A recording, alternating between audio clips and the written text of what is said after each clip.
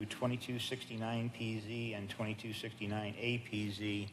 Houston Homes LLC applicant and property owner is requesting to amend of the existing planned development residential zoning consisting of 101.58 acres, more or less, via the submission of an amended preliminary development plan for the estates at Huntleigh Ridge. The site is located west of and adjacent to the western terminus of Valley Bluff Drive and Huntleigh Hollow Drive within the existing development area, currently known as the Villages at Huntleigh Ridge, including amended preliminary development plan, the estates at Huntleigh Ridge, engineer Busher, Ditch and Associates, developer Houston Homes.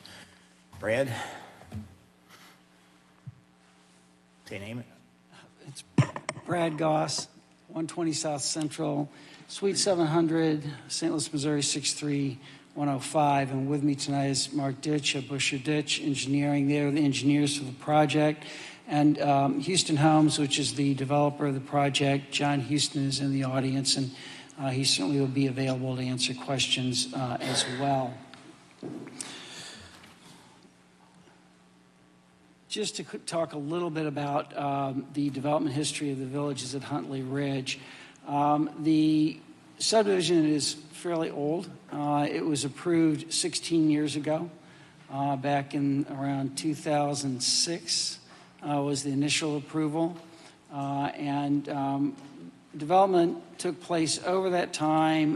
There were, as I recall, different developers, different builders, and we've now reached a point where plats 1 through 4 are basically done. There's still some home sites to be built upon. Houston Homes is building in them. But the city approached us, as did a number of the residents in Huntleigh Village, and asked if they could take over control of their subdivision. And obviously, when half of the subdivision isn't yet complete, because that's what we're talking about, the 101.59 acres, were part of Huntleigh originally. We still got half the subdivision to develop, but a long period of time has passed. So we met with the city and kind of reviewed our options to see what we could do and work with the residents so that we would be in a position to turn over control of the developed part of Huntleigh and allow our client to proceed with the development of what is being presented tonight, which is the Villages at Huntleigh Ridge, as a separate subdivision, separate and apart from Huntleigh Village. And it developed under the same development standards as the original Huntleigh, but as its own subdivision, with its own amenity, its own swimming pool, pavilion, and leaving with the original homeowners the amenity, the subdivision amenity in the pool that they've been enjoying for a number of years. But they would then be able to be in management of that, which is something they really want to do. And we're not in a position to do so long as that's part of our collateral. And our bank in particular is looking to that and saying, look, you need to keep control of this. So that's really the impetus of how we've gotten here today and why we're doing what we're doing today and how we're proceeding. So the developer rights associated with Huntleigh, those are turned over to Houston Homes as part of the transfer of the subdivision from Glarus LLC. And so Houston Homes is the developer of the subdivision as far as the development documents are concerned as we stand today. And so Houston's in a position to be able to separate these subdivisions and make this work. So just to orient you quickly with respect to this subdivision, it's shown on the aerial. We are north of Scotty Road. Huntleigh Parkway is the main street running through the subdivision. Huntleigh Drive is a secondary drive that's coming off of Scotty, and there's also access out to North Point Prairie Road to the east. So that is the subdivision as it sits today. And what we're trying to do, as I said, develop separately from them. So what we have right now is future development. This is the original development of the Villages at Huntleigh Ridge. It was developed back in 2006. It was approved by the city back in 2006 as a planned development residential subdivision. It continues to this day as a planned development residential subdivision. That is the zoning for this site, which is why we are not in front of you today asking for a rezoning. We're simply asking for approval of an area plan, final plan, and a record plat for a part of that proposed development. So originally developed in 2006 with certain development standards. It was then amended in 2009 by a subsequent developer. And this is as it stands today. You have plats 1 through 4. They're shown up on the screen with the appropriate identifying numbers. You can see Huntleigh Road running through the middle of the subdivision. There is a pool, pavilion, playground that is part of this subdivision that we will be transferring. And at the lower part of the screen, you can see they're shown in purple and blue to help you better identify those. So I think I've already covered the fact of what we're trying to accomplish here, so I won't spend time on that. The preliminary development plan, we are proposing to develop what is now called future development within the villages of Huntleigh subdivision. We're proposing to develop that with 309 lots. And the development standards that we will be developing under, again, the same development standards that have been previously approved. We have 87.61 acres of developing acres that we're developing as phases 1 and 2, with the balance being in common ground. And so in terms of our density, as the city staff has noted, the comprehensive plan calls for medium to high density. We fall well within that. So this plan is in compliance with this, the comprehensive plan. Our density is 3.04 lots per acre. This is an outline of phase 1 of the development. You can see it's shown on the screen the northern portion of the future development area with our amenity area in the center of that development. And then the second phase being down in the southern part of the development. So when this is built out, we will have 3 points of access to the existing access to Huntleigh, which will comply with the requirements of the Fire Protection District and those of the city. So just with respect to the development summary, I've put it up on the screen. It's in the development plan, and I've already somewhat summarized it. It is really a continuation of the villages of Huntleigh in terms of the style and manner which it's being developed. In our development notes, there is a note with respect to the pool and recreation area that calls for us to begin construction at the time that the second site, the total number of lots have been fully developed. So when we would commence our second phase is when we would start construction of the pool. I'd like to make sure that's clarified in the note because so that we have some certainty as to what we're doing. And we intend and would like the note to also reflect that we will have the pool completed when we have 145 lots, homes have occupancy permits issued for them. So not simply building permits, but actual occupancy permits, which actually accelerates it a little bit. I think 154 lots would be kind of slicing it in half, but that's really phase 1. Some of those might be in phase 2, so we're just using a lot count. But it's important that we have enough homeowners in this subdivision occupying it so that the assessments match up with the amenities that we're putting in. So we don't want to be premature with that. And so what we are requesting is that that those be our benchmarks. So roughly, it would be roughly when half of the subdivision is occupied is what we're talking about, as opposed to simply building permits issued.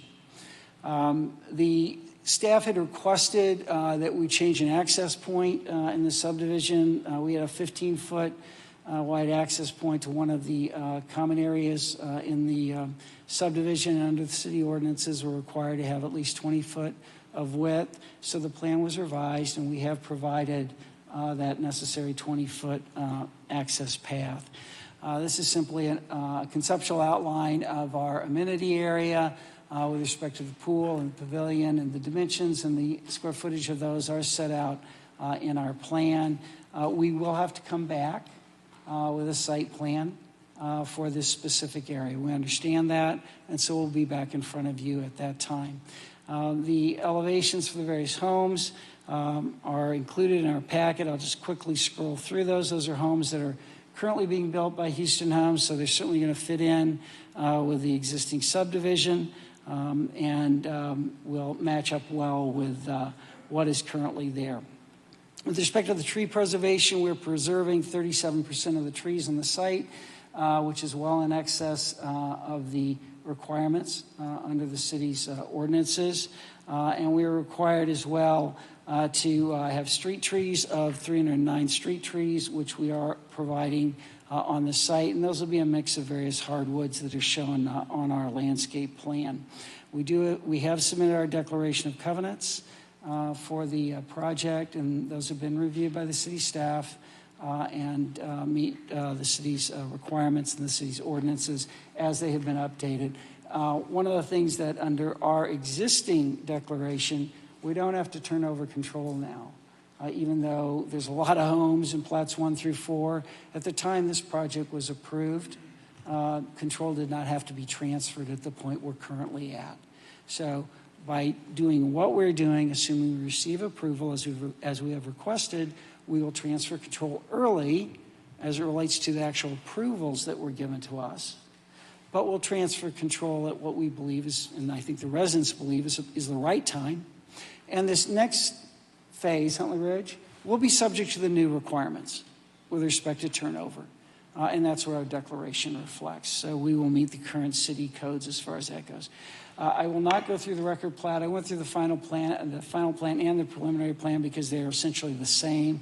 And I thought that would simply be helpful. I can quickly go through the record plat if you like, but I will not do that, given the nod I just got. So I'm happy to answer any questions if you have them. All right. Is there anyone in the audience who would like to speak on this application? Sir, would you, or ma'am, one or the other, come forward and give us your name and phone number, please, or name and address, please.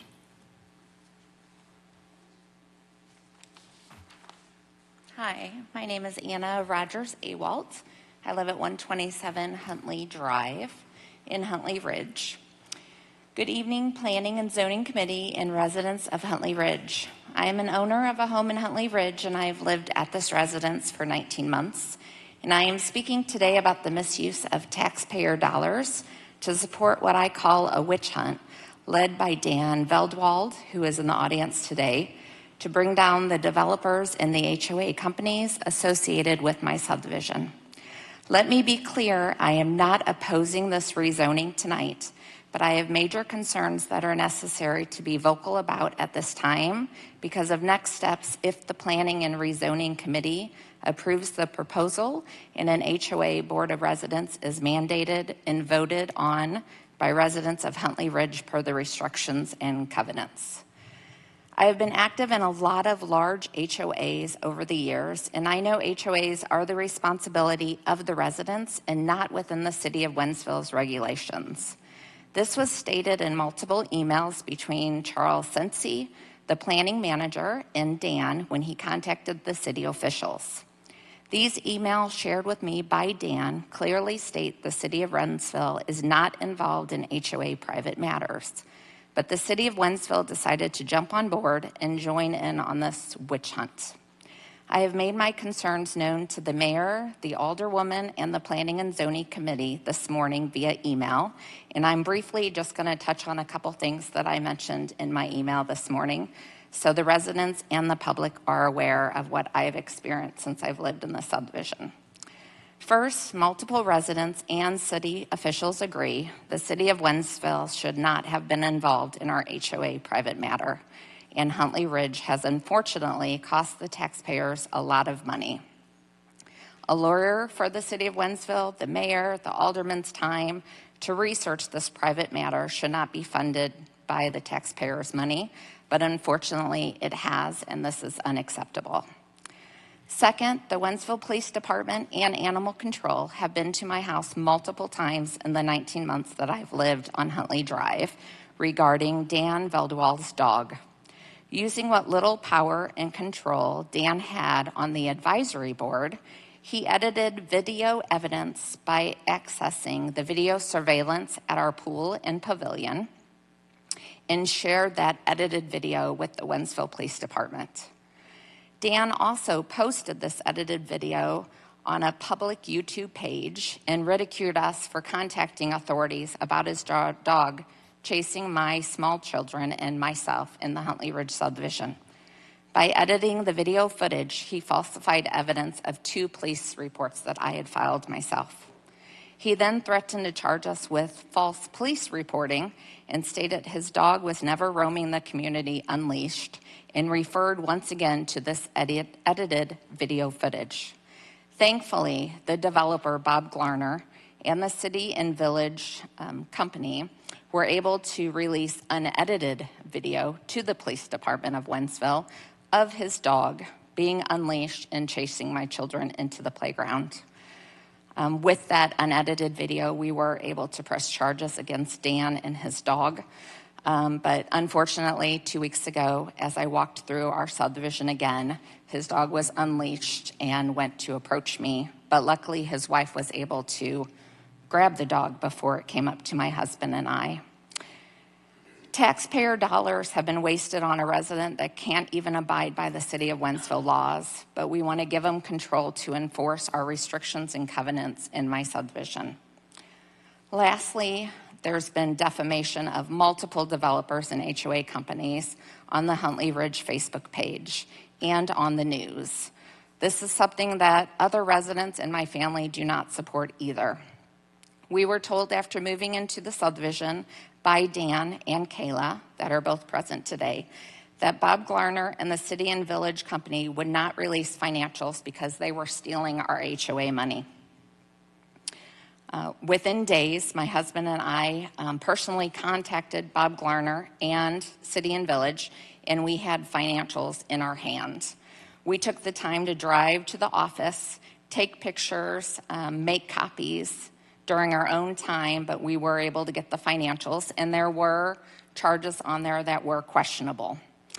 When asked about these questionable charges, we were given emails and texts and explained phone calls that were made by Dan himself, harassing and bullying the developer and the HOA company to act on his request. I'm going to provide just a couple examples that I provided in my email. When COVID struck in March of 2020, Dan reached out to Bob Glarner and City and Village and demanded that our subdivision pool be opened. During a pandemic when the City of Wentzville pools did not even open themselves, Dan forced the developer and City and Village to open the subdivision pool. To be safe from legalities, a lawyer was contacted, so these legal fees that were charged to our HOA were supported. They had to speak with not only the city officials, the St. Charles County Health Department, and the lawyer to make sure we opened the pool safely for the residents. I did discuss this personally with Dan, and he did admit to making this demand, but he didn't understand why the legal fees totaled $7,000. All he noticed were a couple pools hung up at the pool. The city of Wentzville didn't even open their pools in 2020 due to COVID, so Bob Glarner protected not only our HOA, but also his development with these legal fees that were charged to us.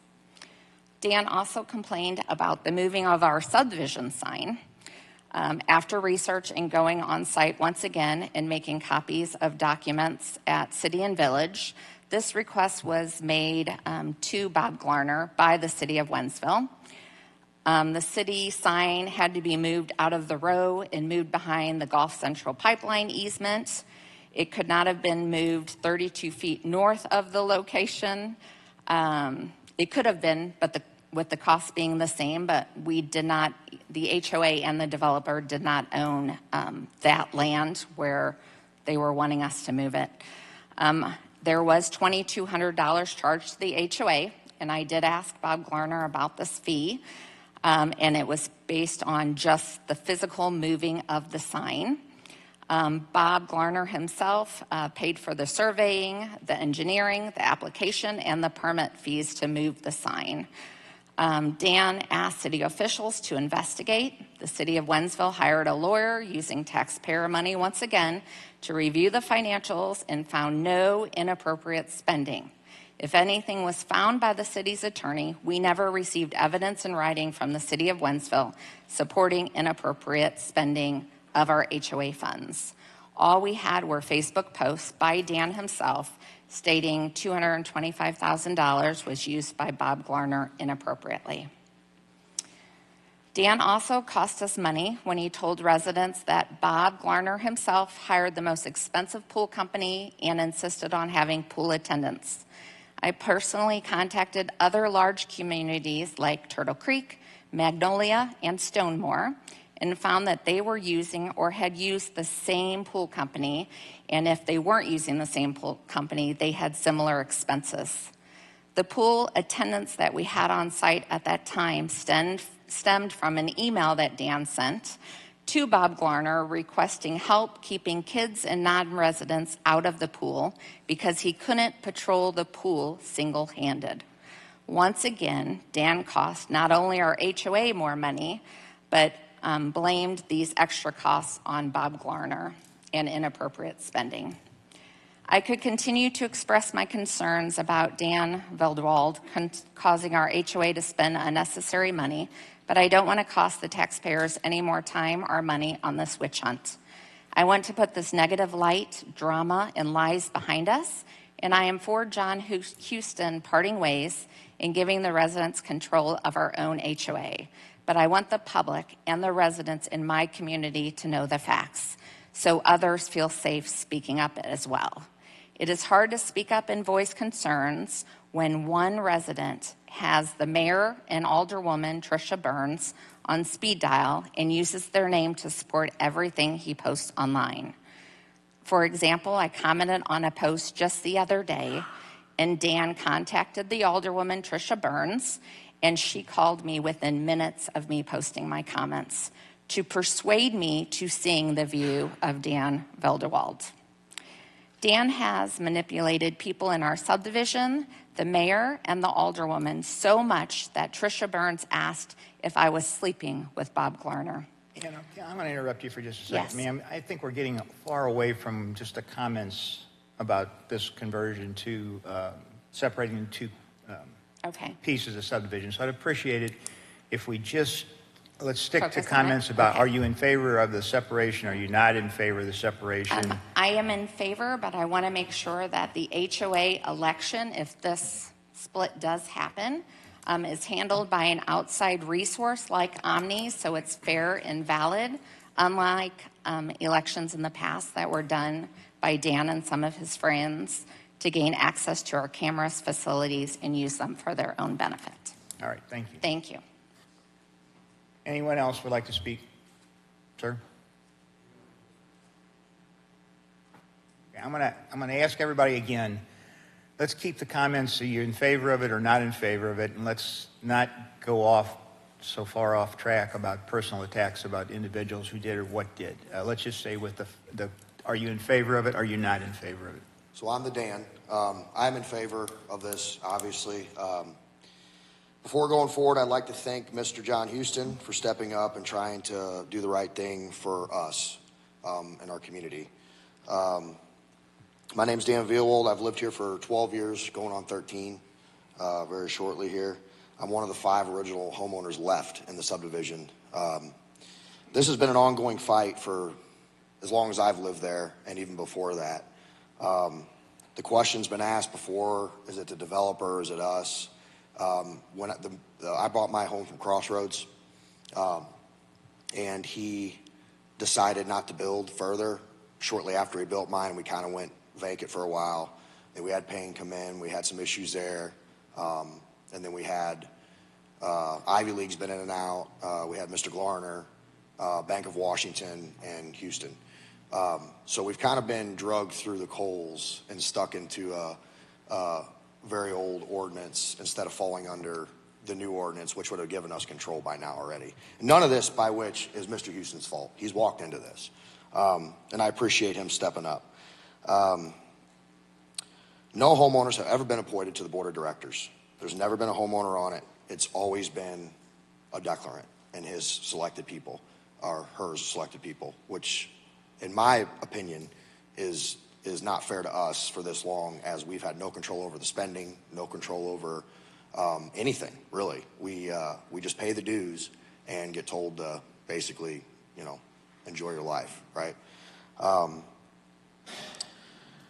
The current management company, who we pay, by the way, has been better, but they still don't really want to hear what we as the homeowner want. They continue saying, well, at the end of the day, we work for the developer, which is true in a sense, but we pay them.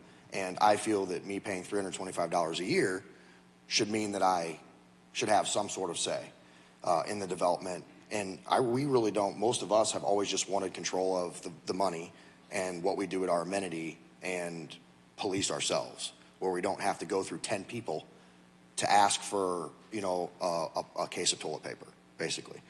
The examples of this failure is failure to answer questions at all are timely, failure to issue proper key cards for amenity access in a timely manner, failure to send documents that are requested by homeowners, which we have rights to, and more.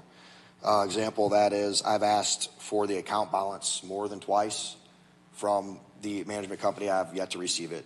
I was told by Mr. Houston that they would provide, to ask them for a copy of their contract with our community, which I did, because that's not his job. And they have refused to send, they haven't sent it to me. They haven't responded to that email in particularly. We have gone almost a year without receiving updated financials. Our HOA is a nonprofit, and we have the right to that information. In the current situation, we have no say over anything at all. According to the current indentures, we will not get a seat on the board until 100% build out, which was, and I have these documents from the city attorney in the past, which was, Mr. Glarner was told in the past owner, that he had to change that back to the 50-90 rule, and he never did. So as it sits now, like Mr. Houston's lawyer was speaking to, it does say 100%, but that is not what the ordinance says, either the old one or the new one. All we want is a voice in how our own money is spent and to be involved in making these decisions. If this is approved, the villages of Huntleigh Ridge will finally be able to elect its own officials, which I have confirmed and I have an email, will be done by Omni Management. And yes, am I running for it? Yeah, I will probably run for it, but that doesn't mean I'm going to be put into being in control of the HOA. But they will be managing it 100%. We will have no involvement. We just show up. We just want to work with as a community where we can work together and be positive instead of constantly having to argue because there's a gray line between everything. We also ask that if this is approved, that it pass all 3 meetings tonight by the commission and the board of aldermen so we can begin the changeover process. And just real quick, I don't want to go down a rabbit hole like that, but we did do a poll today real quickly. It was like 2 hours in. The question was simple. In your opinion, do you want to separate from Mr. Houston's development and be our own or not? As of 5:03 p.m., there was 53 votes. 54 were yes, 1 was no opinion on the matter, and there was 0 no's. I have that here printed out for you if you would like it. I also have the letter from Lashley and Bear to Mr. Glarner that stated the ordination violations that must be changed and the indentures that never were changed. And then I have emails from Omni, and I have emails from Mr. Glarner saying all these things that Ms. Anna kind of talked about, but were incorrect on her behalf. And just real quick, like I see one of these, this is what Mr. Glarner spent on 3 years out of our HOA account. And that is directly from the accounting firm. So, like I said, I appreciate you guys' time. If there's anything else you need from me, I have it all here for you. I just ask that we approve this so we can be on our own and Mr. Houston can do his thing, and there's no more bickering or fighting or wasting, city tax money. We just want to rule ourselves and be on our own. And as far as my dog goes, I don't know what that had anything to do with it. Don't worry about it. Okay, it's not, I guarantee you it will not be resolved tonight. We are a recommending body now listen to me for just a second. Just a second. We are a recommending body to the Board of Aldermen. And you have to have 2 readings before the Board of Aldermen unless they choose to do something different. So it is not going to be resolved tonight, no matter what we as the commission do. So now, who is next on that? Sir, did you want to come up? Sorry, I was just notified today about what was going on. My name's Chris Calista. I live at 300 Huntleigh Parkway. Anna reached out to me, and I'm totally embarrassed to state that I believed everything that was going on, that Bob Gardner stole from us, that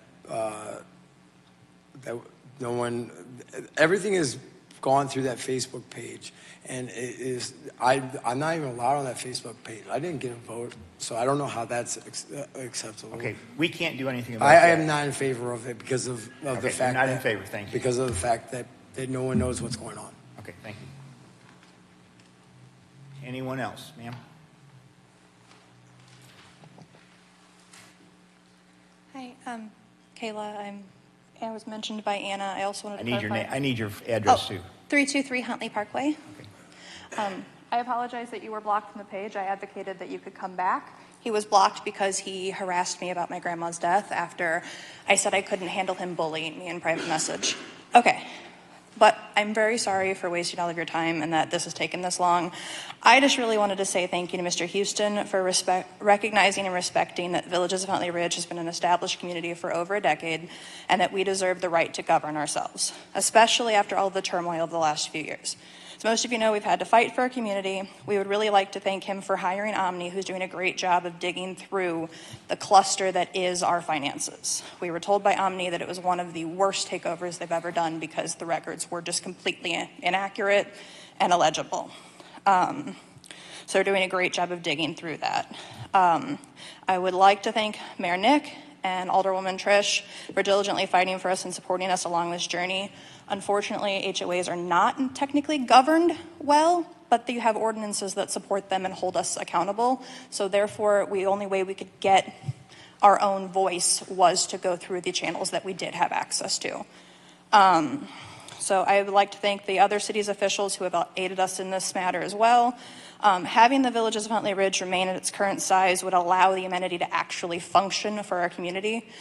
Once the neighborhood was completely built out, less than 3% of our neighborhood would have been able to use our pool with the 76 limit capacity.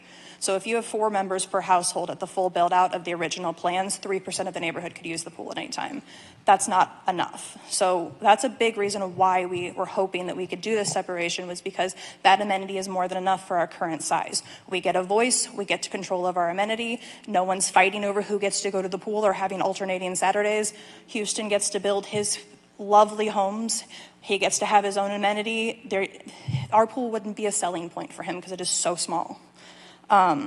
So allowing the separation would give us our own board members, and our board members would be able to have a personal relationship with almost every resident. It allows us to have a sense of community and for us to plan community events. We have big parties, we have block parties of all sorts of fun things. It'd be lovely to be able to have that HOA sponsored, put it on a website, use, a small amount of community funds, like Omni has given us $500 budget for events, things like that. Since this matter does affect our community alone, and it's not a big giant Wentzville thing, we were hoping that we wouldn't continue to take up taxpayer time. I know you guys can recommend, but the Board of Aldermen could potentially vote sooner than later, or maybe just run it through in one session. That is up to them, but I know that is technically legally allowed. So overall, I'm just hoping that we can get the separation underway and move on with our lives and go back to the awesome community we were before everything got into chaos about 2 years ago. You were in favor, right? I am so in favor. All right, And most of the neighborhood is. All right. Anyone else? if not, or come on up. Okay, just, yeah, let's keep it to the, are you in favor or not in favor? Jeff Rudisill at 145 Huntleigh Drive. I support. And that's it. Okay, thank you. And I would assume that most people, the way Dan described this, most people in here who live in Huntleigh are in favor of it, correct?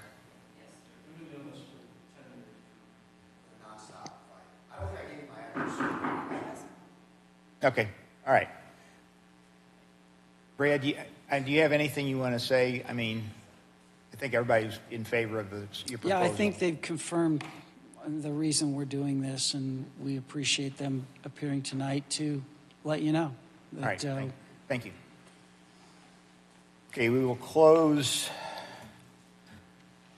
2269 and 2269 APZ.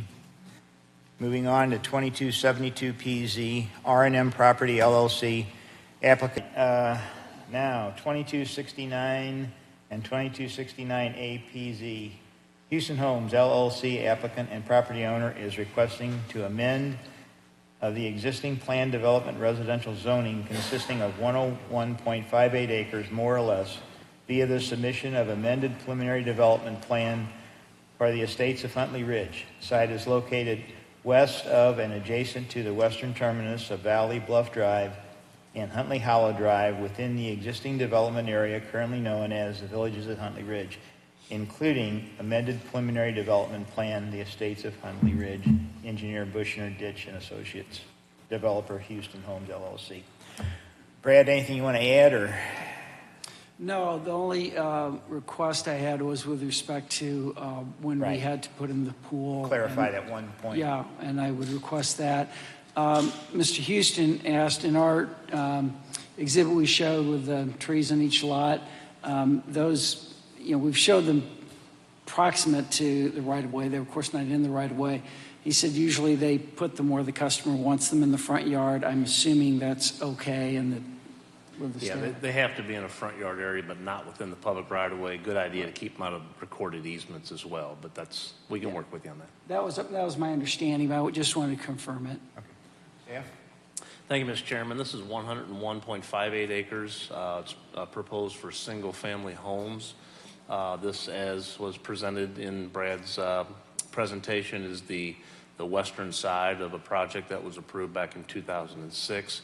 Its overall residential density does fall within the city's comprehensive plan's medium density land use category, and again, all single-family homes as originally intended.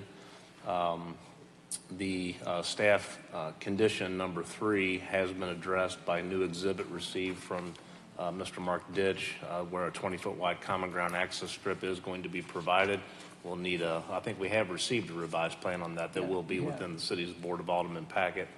Staff does not have any concern with changing the 154 units to occupancy as opposed to building permit. I think the number stayed the same. It was just the actual occupancy, not the issuance of building permit.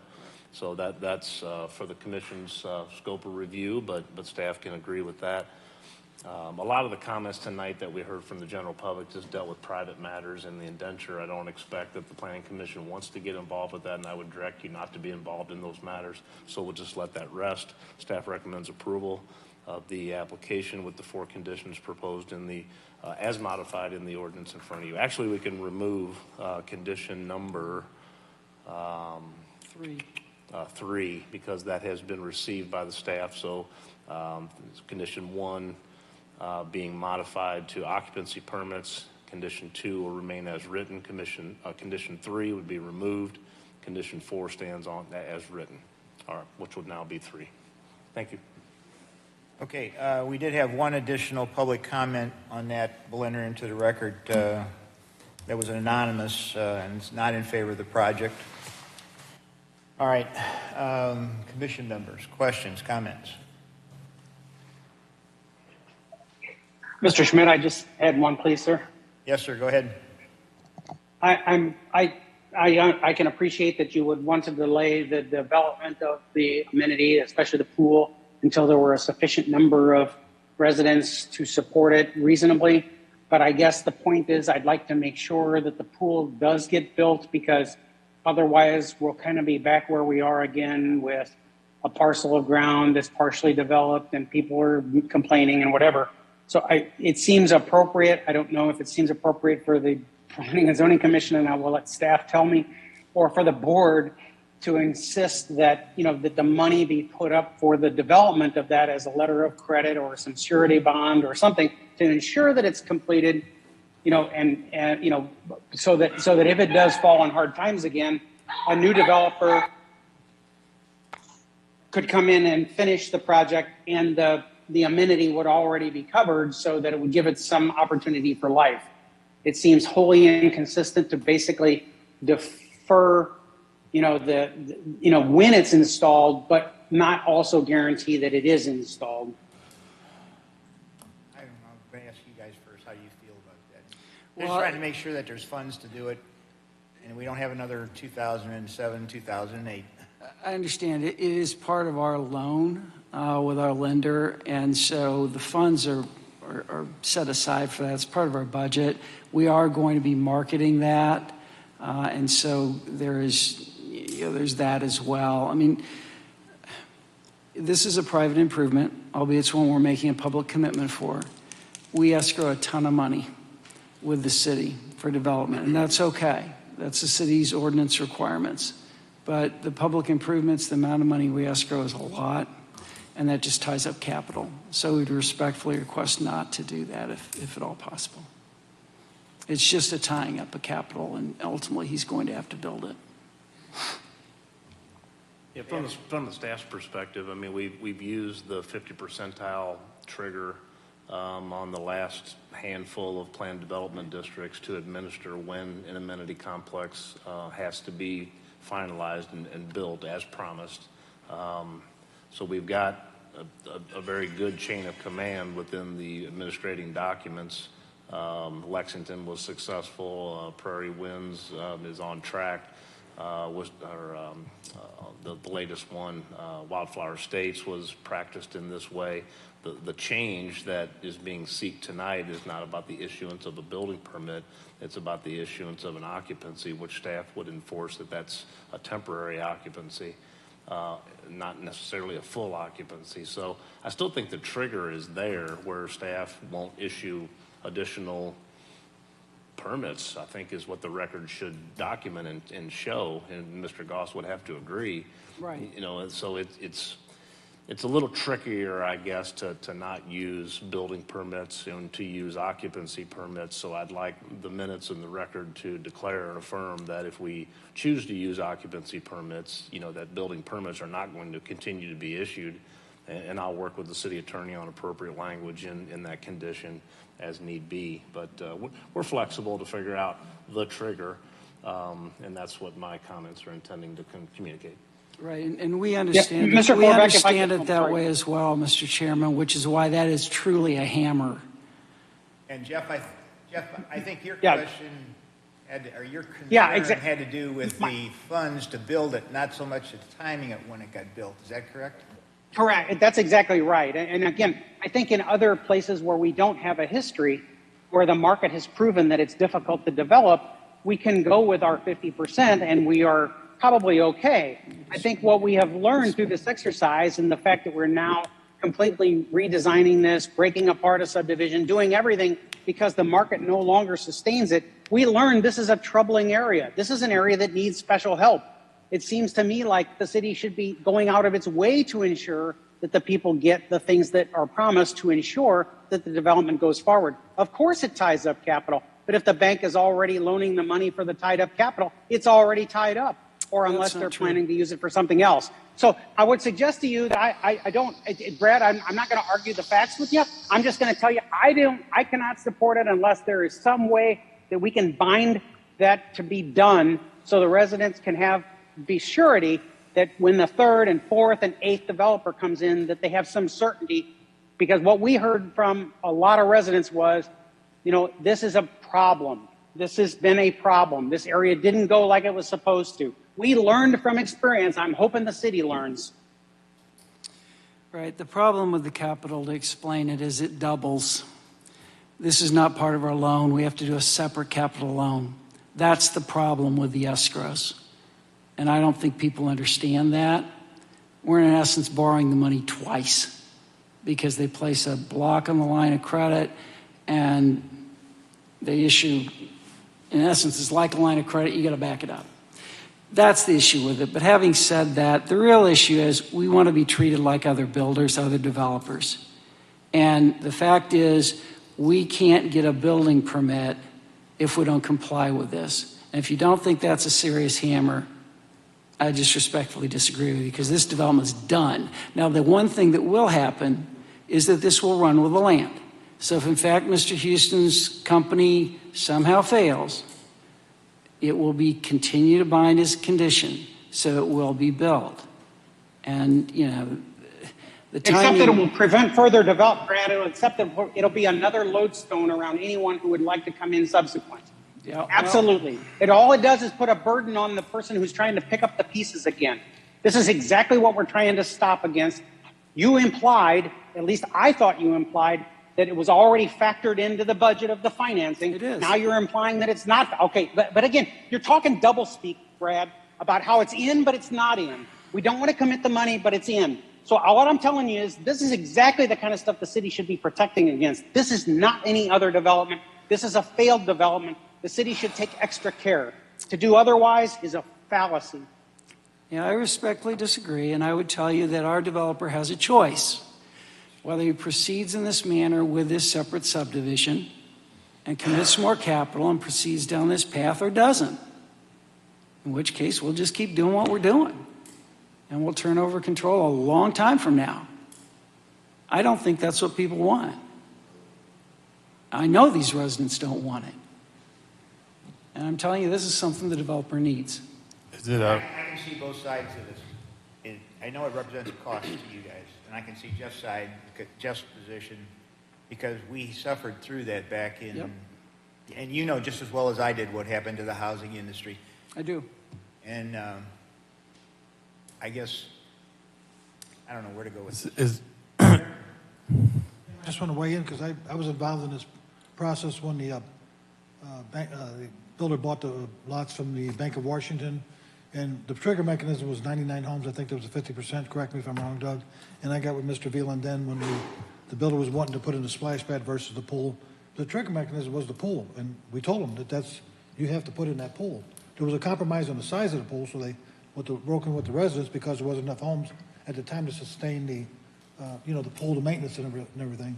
But there's been issues in this subdivision for a long time, and I commend Mr. Houston for stepping up and Brad Goss, because we met with them to find a solution and compromise to what's been going on, because myself and Alderman Burns have been dealing with this for 10, 12 years, I know of, and it's been one thing after another. We met with the residents. They wanted this. The only time I heard an opposition was from this lady that came tonight, and I'd never heard from her until today, an email today.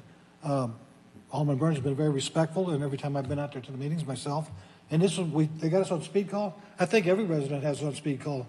And if you watch social media, they say tag the mayor, tag the alderman. I'm tagged on everything. So if somebody has a complaint, that is my duty, my job to reach out to the citizens and go meet with them to try to resolve and find solutions, to meet with the developer, to meet with the attorney. Mr. Goss has called me on occasion, and we try to work on different issues to compromise. So there was a trigger mechanism to put this pool in. The pool was put in. The citizens were happy. It's not big enough to sustain 500 homes. It's just not. So I commend Mr. Houston because we weren't sure this was going to happen when we met with him, and all of a sudden this happened with working with staff.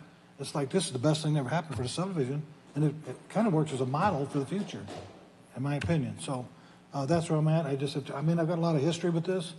I think that their staff can administer the pool.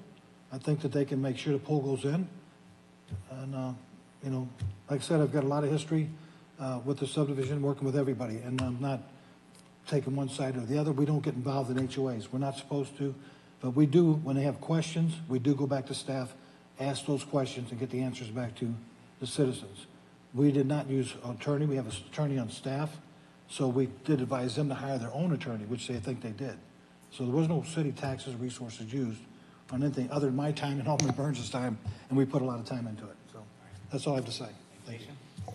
I just had a thought about a potential compromise. We're basing this on occupancy permits, not building permits, so it's a cash flow issue, right? What if we were to take each closing and have an amount from each closing that you get an occupancy permit and put that into escrow? So after you've gotten your money from the sale of each home and it gets an occupancy permit, you escrow a little percentage for that pool.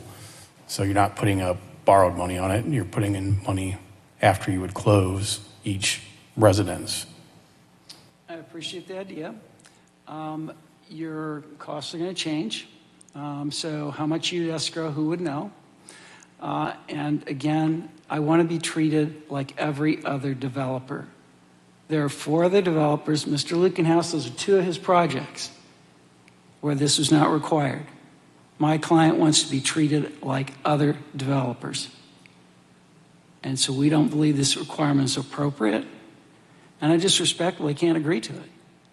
I understand, and I guess I can see both sides to this, and the lesser of the 2 evils is to go ahead with this project the way you're proposing it, and separate these 2 so the people that are there can have control over their pool.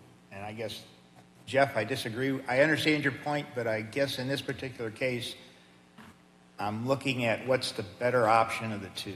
And I think separating these 2 so that the existing residents can have control of their future is better than what we've got right now. That's what we think. So, any other questions, comments? If not, I'll entertain a motion.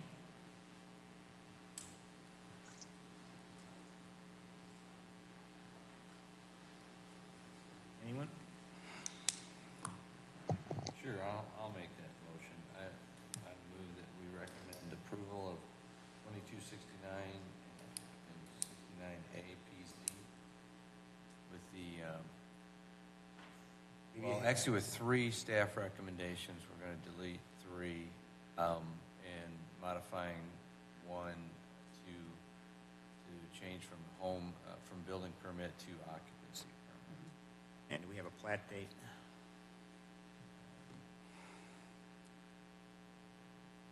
June 23rd, 22. All right, thank you. Is there a second? Second. Thank you. Further discussion? If not, Chrissy, you want to take a roll call? Commissioner Weber, Yes, ma'am. Timothy Bubenik, Yes. Commissioner Jacobs, Yes. Commissioner Green, Yes, ma'am. Commissioner Stevens, Yes. Commissioner Schmidt, Yes. Commissioner Hackman, No. Jeff, we couldn't hear you. No. Thank you. 6 yeas, 1 nays, motion carries. Thank you. Moving on, last one is 2270 PZ Houston Homes LLC. Applicant property owners requesting a final development plan for the estates of Huntleigh Ridge. Site is located on the west of and adjacent to the western terminus of Valley Bluff Drive and Huntleigh Hollow Drive within the existing development area currently known as the Villages of Huntleigh Ridge. Brad, you got anything more? Thank It's you. exactly the same as the last one. Staff?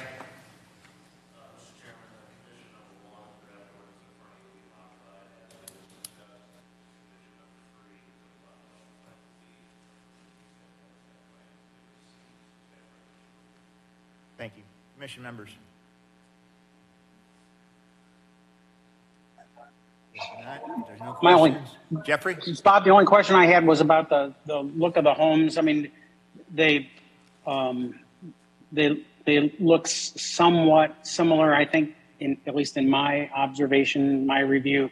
I guess I was wondering if we were, happy with the fronts, the elevations that we've got, and if there was any concern about even if, is there any provision to not even make it look worse by having the same elevations of repair, in adjacent lots?